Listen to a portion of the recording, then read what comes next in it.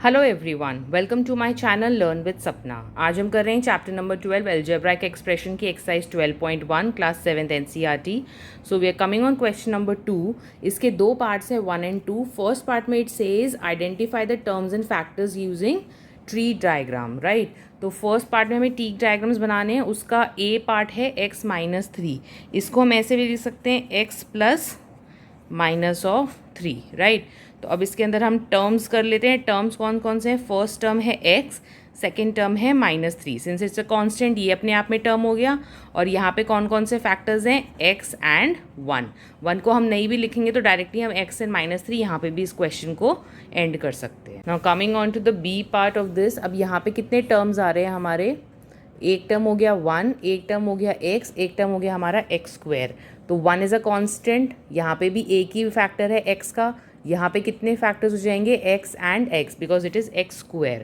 x² को हम x को दो बार मल्टीप्लाई कर रहे हैं, so we have 2 factors. Now in this expression इसको हम लिख सकते हैं y प्लस -1 इंटू y³।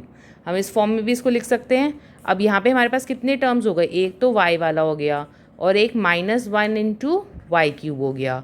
तो यहाँ पे तो एक यही फैक्टर है y का। यहाँ पे कितने फैक्टर आ गए? -1, then y³ means 3 times y has been multiplied. So -1 अलग आ गया क्योंकि यहाँ पे हमारे पास और कोई नंबर नहीं है, तो हमको 1 इंडिविजुअली लिखना पड़ेगा बिकॉज ऑफ द साइन। जैसे यहाँ पे x था, y था, हमें यहाँ पे 1 को अलग फैक्टर लेने की ज़रूरत नहीं होती। बट सिंस इट इज़ -1 तो इसे हमें अलग फैक्टर की तरह रिप्रेजेंट करना पड़ता है। सो देन -1 अलग आ गया, y³ हो गया y and y। Coming on to the D part, यहाँ पे दो टर्म्स हैं 5xy² और यहाँ पे 7x²y। अगेन यहाँ पे कितने फैक्टर्स हैं? 5x and then y², so y and y।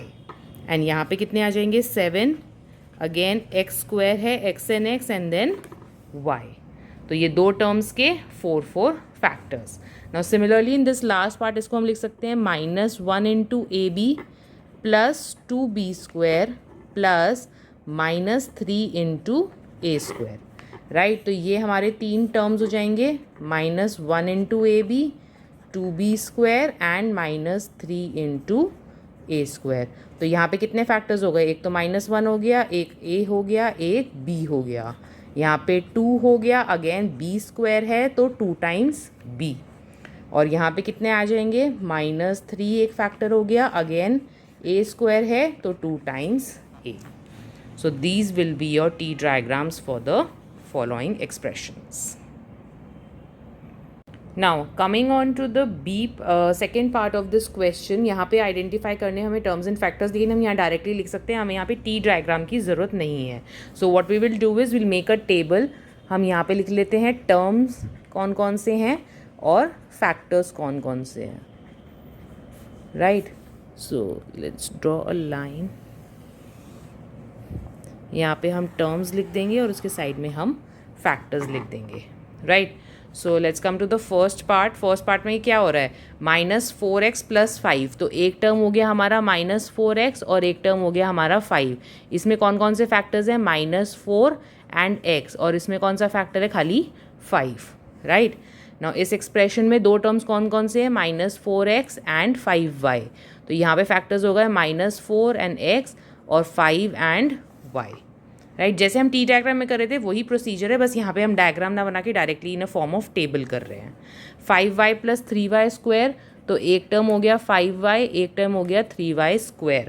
तो यहाँ पे फैक्टर क्या आ गया? 5 एंड y, यहाँ पे आ गया 3 एंड y² है, सो 2 टाइम्स y, राइट।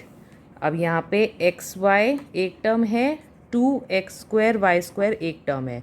तो यहाँ पे फैक्टर्स कौन कौन से हो गए? x and y। यहाँ पे 2x² है तो 2 times x and 2 times y, because y² है। नाउ यहाँ पे टर्म क्या है? pq है एक टर्म और q टर्म है। तो यहाँ पे फैक्टर्स हो गया p एंड q और यहाँ पे खाली q। 1 को हमें लिखने की ज़रूरत नहीं होती।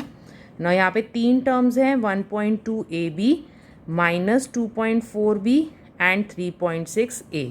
तो यहाँ पे कौन कौन से टर्म्स हो गए? फैक्टर्स हो गए 1.2 A एंड B, यहाँ पे -2.4 एंड B, यहाँ पे 3.6 एंड A, राइट।